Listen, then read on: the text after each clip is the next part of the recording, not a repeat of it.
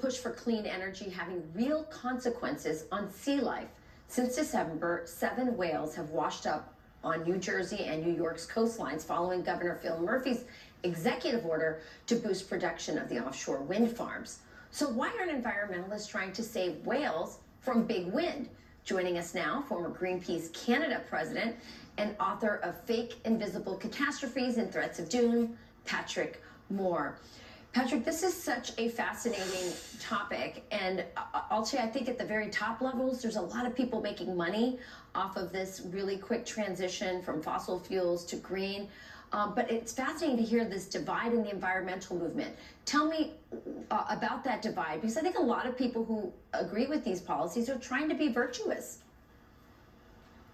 It's really a sad situation, Rachel, because Greenpeace is basically betraying its own founders from way back in '71 when we went against U.S. hydrogen bomb testing in Alaska, then French atmospheric nuclear testing, and then we focused on the whales. For 4 years, I was out in the Pacific for 2-3 months at a time, deep sea, against the Russian and Japanese whaling fleets.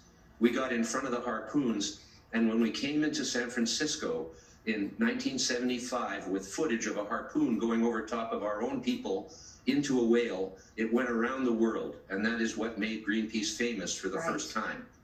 And I just can't believe that Greenpeace, I can understand why people who are making money off these things are in favor of them, but Greenpeace is basically taking the side of mechanical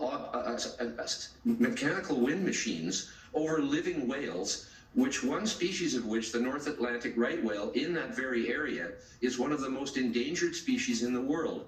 They're saying that there's no proof that the wind machines have anything to do with these whales coming ashore. Well, there's no other explanation, and there's 2 reasons why it probably is. The sonar that's being used to map the whole bottom of the east coast of the United States is a huge noise, and whales are an acoustic animal. They don't use their eyes as much as they use their sound for knowing where they are and finding what they want. They talk to each other through sound.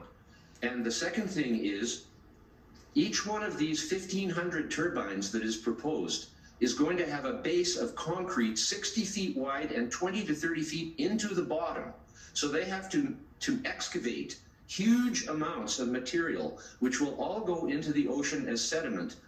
For whales that are baleen whales, they're filter feeders. They get their food by filtering it through their baleen in their mouth. They don't chew their food like sperm whales. And so there's 2 really significant issues here where maybe you can't prove it because it's underwater and it's whales, but it is very plausible that both the acoustic issue and the marine issue will be hurting the whales. There's no other explanation.